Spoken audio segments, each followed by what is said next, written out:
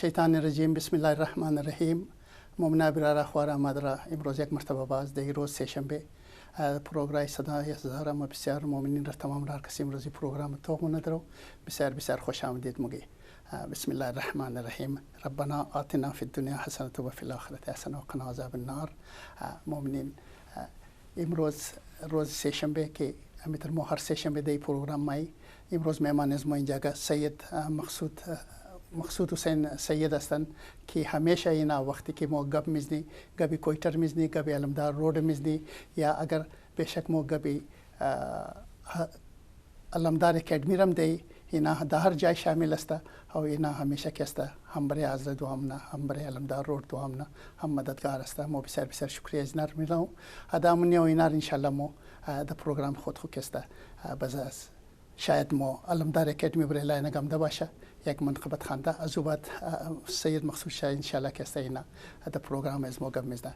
دیگه ما گفته خم شاید اگر علمدار اکیدمی والا سر لاین نمده خب از ما کزنا قطعی میزنه نمده دیگه باز ما ایترونم که ما یک منقبت میخوانم. بسم الله منم از بعد که است ان شاء الله ما پروگرام شروع کنیم پروگرام رو پیش میبریم او شاسب که مست امروز ما از برای پاکستانم گپ میزنی او ان شاء الله هفته آینده که است دمی روز سه‌شنبه ولادت حضرت زینب سلام الله علیه ثانیه زهرا است. ما تمام مؤمنین را مبارکباد میدیم. دیگه ما اکتوبری اگر علمدار اکیدمی هم ده خب ما یک منقبت از نر ضرور گوش نی. هلو سلام علیکم. هلو سلام علیکم. و علیکم السلام و خوش آمدین. خوب هستین؟ بخیر؟ حال صاحب خوبین؟ بخیر. بس الحمدلله. امروز ما شاید خدا خواست مرش ما شنیدی نشنیدی که امروز مهمان از ما مقصود حسین سید است که اینا شما را مدد کرده بودن. دیگه شکریه از نر ما دامونم از طرف شما و همیشه اینا که است برای علمدار رود برای کویتا برای از ما که است برای مؤمنا همیشه اینا ضرور گپ میزنه. شما یک منقبت بخوانین باز از بعد که است شاه صاحب نامه ضرور در پروگرام نام گپ میزنه باز ما پروگرام بخیر پیش ببری. شما بسم الله که شروع کن. خوش آمدید. بالکل صاحب کلام است در یاد شهدا و در یاد شهدای کویتا مخصوصا که در 16 فروری 2013 که در کرانی روড که است اونجا در شهادت رسیده بود برای از ما که است کلام است. بسیار خوب بسیار خوب. دین کا سوات ہو زیست کی نجات ہو قوم کی حیات ہو اے شہید و تم وفا کی کائنات ہو اے شہید و تم حیات ہو اے شہید و تم وفا کی کائنات ہو ٹکڑے ٹکڑے بند ہماروں نے کیا تمہیں ہم عمل سے اب ظہور کا سبب بنے انتقام کربلا کے واسطے اٹھے ہر یزید وقت کو یہاں پہ مات ہو اے شہید و تم حیات ہو اے شہید و تم وفا کی کائنات ہو اے شہید و تم حیات ہو اے شہید و تم وفا کی کائنات ہو ہے تمہارے خون سے جہاں میں روشنی فاطمہ کے لال کی ادا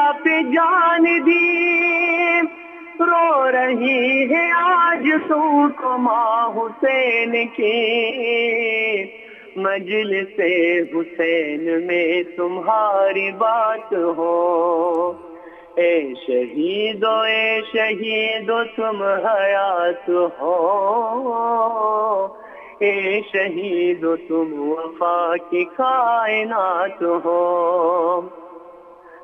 اے شہید و اے لہو نہ جائے رائے گا سب چلے تمہارے نقش پا پہ یہ جواب اے شہیدو اے لہو نہ جائے رائے گا، سب چلے تمہارے نقش پا پہ یہ جواب، نصرت حسین یوں کرے کہ ایک ماں، اشک کی بجائے خون کی فرات ہو، اے شہیدو تم حیات ہو، اے شہیدو تم وفا کی کائنات ہو، اے شہیدو تم حیات ہو، اے شہیدو تم وفا کی کائنات ہو، آگ سے عزا کا کوئی گھر نہ جل سکا، دشمنوں کا وار کب کوئی ہے چل سکا، آگ سے عزا کا کوئی گھر نہ جل سکا، دشمنوں کا وار کب کوئی ہے چل سکا، راستہ جلوس کا نہیں بدل سکا، جب اٹھے قدم تو ساتھ کائنات ہو، آگ سے عزا کا کوئی گھر نہ جل سکا، دشمنوں کا وار کب کوئی چل سکا، راستہ جلوس کا نہیں بدل سکا، جب اٹھے قدم تو ساتھ کائنات ہو، اے شہیدو تم حیات ہو، اے شہیدو تم وفا کی کائنات ہو، اے شہیدو تم حیات ہو، اے شہیدو تم وفا کی کائنات ہو، جو سبق شہیدوں نے دیا عمل کرو، خون دیا تھا کربلا میں تم بھی خون دو، جو سبق شہیدوں نے دیا عمل کرو، خون دیا تھا کربلا میں تم بھی خون دو، یا حسین یا امام کہہ کے تم چلو، اور سے ملے تو جب یہ بات ہو، جو سبق شہیدوں نے دیا عمل کرو، جو سبق شہیدوں نے دیا عمل کرو، خون دیا تھا کربلا میں تم بھی خون دو، یا حسین یا امام کہہ کے تم چلو، اور سے ملے تو جب یہ بات ہو، اے شہیدو تم حیات ہو، اے شہیدو تم وفا کی کائنات ہو، اے شہیدو تم حیات ہو، اے شہیدو تم وفا کی کائنات ہو۔ برائے بلندی درجات شہداء و مخصوصاً برای شہداء کوئٹہ بآواز بلند صلوات۔ اللهم صل علی محمد و آل محمد۔ احسنت بابا، بسیار خوب، ماشاءاللہ۔ واقعی شاہ صاحب، ہم شاہ صاحب مقصود حسین سید صاحب کو خوش آمدید کہتے ہیں آج کے اس پروگرام میں۔ شاہ صاحب جیسے کہ ہمارے کوئٹہ کے علمدار اکیڈمی، جن کو آپ جانتے ہیں خوب طرح سے، ہم ان کا شکریہ بھی ادا کرتے ہیں کہ انہوں نے ہمارے لیے یہ منقبت پڑھی، اور ہم ان کو ہمیشہ ہمارے جو ہفتہ وار پروگرام آتا ہے شروع میں ہم ان کو بسم اللہ کے لیے کہتے ہیں، وہ پڑھتے ہیں۔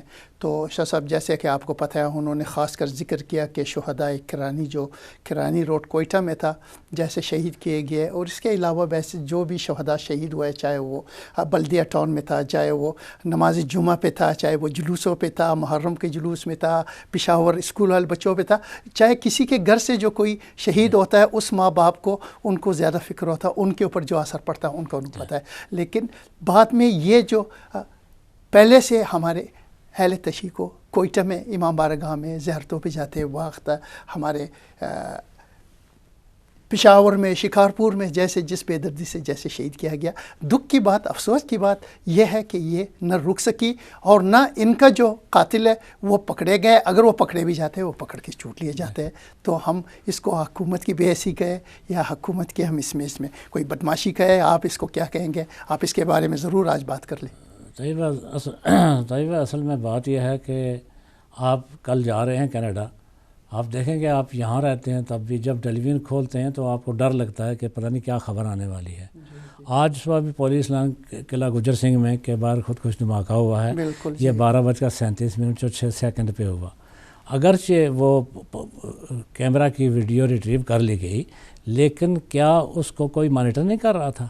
کیا اس بات سے وہ آگاہ نہیں تھے؟ اگر حکومت وقت ہمیشہ 2 لاکھ شہادتوں کے لیے اور 50,000 زخمیوں کے لیے کہ وعدہ کر دیتی ہے، گویا یہ پٹھا ہے، ان کی طرف سے یہ انسانی قیمت ہے. لیکن ایسا نہیں ہے، آج تک کسی کو پیمنٹ ہوئی بھی نہیں ہے. ہم اس کے خلاف ہیں، کم از کم دہشت گردی کے خلاف 2004 سے لکھ رہے ہیں. ہمارا نقطہ نظر یہ ہے کہ کچھ غیر ممالک کی آنکھوں میں کانٹا ہے ہمارا نیوکلیئر پروگرام. وہ اسے بہرحال ختم کرنا چاہتے ہیں، اور ان کے پیدا کردہ انتہا پسند، شدت پسند لوگ جو خود کو مسلمان کہتے ہیں اور بالخصوص اہل سنت والجماعت کا نام استعمال کرتے ہیں، حالانکہ یہ بہت غلط ہے. اہل سنت والجماعت نے کبھی مکتب تشیع کو نہیں چھیڑا اور نہ اس قسم کی بات ہوئی ہے. یہ ایک خیالی اسلام کا نفاذ چاہتے ہیں. بھارت، امریکہ، سعودی عرب، کویت، بحرین اور یمن وغیرہ کی حکومتیں ان کی مالی مدد ہی نہیں کرتی ہیں، بلکہ پورا مالی خرچ برداشت کرتی ہیں تاکہ یہ تاثر دیں دنیا کو کہ اگر کل یہ لوگ پاکستان کے حکومت میں آ گئے تو وہ نیوکلیئر پروگرام کو غلط استعمال کریں گے، وہ بھارت پر اس کو مارنے سے دریغ نہیں کریں گے.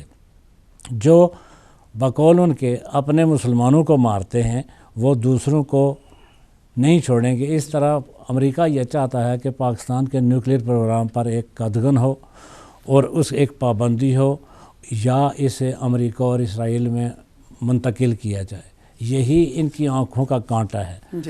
اصل میں جو شہادت گردی ہو رہی ہے وہ ہمارا کفارہ ہے جوہری پروگرام کے لیے. ہم سیاسی طور پر اپنے پروگرام کو جاری رکھنے میں ناکام ہو رہے ہیں. خدا نہ خواستہ اگر ایسا ہو گیا تو پھر پاکستان میں کوئی دہشت گردی نہیں ہوگی، لیکن نہ رہے بانس نہ بجے بانسری والا معاملہ. اگر خدا نہ خواستہ خاکم بدان یہ ہو گیا تو پاکستان بہت مسائل سے درکار گزر رہا ہے. اس وقت بھی رہا ہے شاہ صاحب، بڑے مسائل سے پاکستان گزر رہا ہے اس وقت. کون سا پاکستان نہیں گزر رہا ہے بڑے مسائل سے؟ دہشت گرد یہ چاہتے ہیں کہ پاکستان کا نیوکلیئر پروگرام ختم ہو جائے، اس کے بعد انہیں ہم سے کوئی تکلیف نہیں ہے. ہمارے حکمرانوں کو اس کا احساس ہے، مگر اقتدار کا نشہ ایسا ہوتا ہے جو باپ کو بیٹے کے ہاتھوں قید کرا سکتا ہے. آپ ہندوستان کی مغلوں کی تاریخ دیکھیں، جو بھائیوں کو لڑا سکتا ہے. ہمایوں، کامران، ہندال اور عسکری میں کیا ہوتا رہا ہے. اور پھر بطور مکیاولی کے قول کے مطابق دوستوں کو بھی تختہ مشق بنواتا ہے. یہ اقتدار کا نشہ ہے. اس وقت موجودہ حکومت بھارت دوستی کے راگ الاپ رہی ہے. بھارت کو یہ منظور نہیں ہے کہ پاکستان سٹیبل ہو، اس لیے ہم بھارت کے ساتھ پیرٹی کی بنیاد پر تعلقات چاہتے ہیں. ہم زیر دست ہو کے نہیں رہنا چاہتے. بھارت یہ چاہتا ہے کہ ہمارے تعلقات اس کو اپر ہینڈ دے کر ہوں، ایسا نہیں، نہ ہمارے یہ قابل قبول ہے. ہم بھارت کے دوست نہیں ہیں بلکہ بھارت کے دشمن بھی نہیں ہیں. ہم بھارت کے پڑوسی ہیں. وہ ہمیں ڈس آرم اور نہتہ کر کے ہاتھ باندھ کے مارنا چاہتا ہے، حالانکہ ایک اچھا پڑوسی اس طرح کا قدم نہیں اٹھاتا. امریکہ کی یہ اٹموسٹ کوشش ہے کہ وہ بھارت کو سیکورٹی کونسل کا مستقل ممبر بنوا دے، اور اس میں پاکستان کا جو روڑا ہے وہ راستے سے ہٹانا چاہتے ہیں. پاکستان کی تو دیکھیں شاہ صاحب بات یہ ہے نا کہ اگر ہمارے مملکت بات چیت ہوتی ہے، پاکستان اپنے جو مشکلات اس کو حل کر دے، لیکن ہم اندر کی مشکلات میں جو ہم آج سفر کر رہے ہیں نا، ہم اس کی بات کر رہے ہیں کہ حکومت وہی میں عرض کر رہا ہوں کہ ان حالات میں ہمیں کرنا کیا چاہیے. یہ سب کو علم ہے کہ دینی جماعتیں اہل سنت والجماعت اور ہم شیعہ قطعاً کوئی آپس میں مخالف نہیں ہیں. اگر ہم اتحاد بین المسلمین کر لیں، اس دہشت گرد کو گروہ کو بے نقاب کریں اور ثابت کریں کہ یہ دہشت گرد پاکستان سے ان کا تعلق نہیں ہے، اسلام امن، صلح، آشتی، رواداری، ہمدردی اور انسانیت کا مذہب ہے. مگر اصل مسئلہ یہ ہے، کہتے ہیں ایک غریب آدمی حضرت بابا فرید شکر گنج کے پاس گیا اور عرض کیا کہ بہت غریب ہوں. آپ نے فرمایا جا کر مٹی کا ایک ڈیلا لے آؤ. وہ چھوٹی سی مٹی لے کے آیا تو آپ نے اس پر ایک آیت قرآنی پڑھ کے پھونکا تو وہ 24 قرات کا خالص سنا تھا. وہ آدمی وہ اس آیت کو سن لیا اس نے اور یاد کر لیا. راستے میں جا کے اس نے کوئی تقریباً 2-3 سے بڑا پتھر اٹھایا اور اس پہ پڑھ کے پھونکا، وہ سونا نہیں بنا.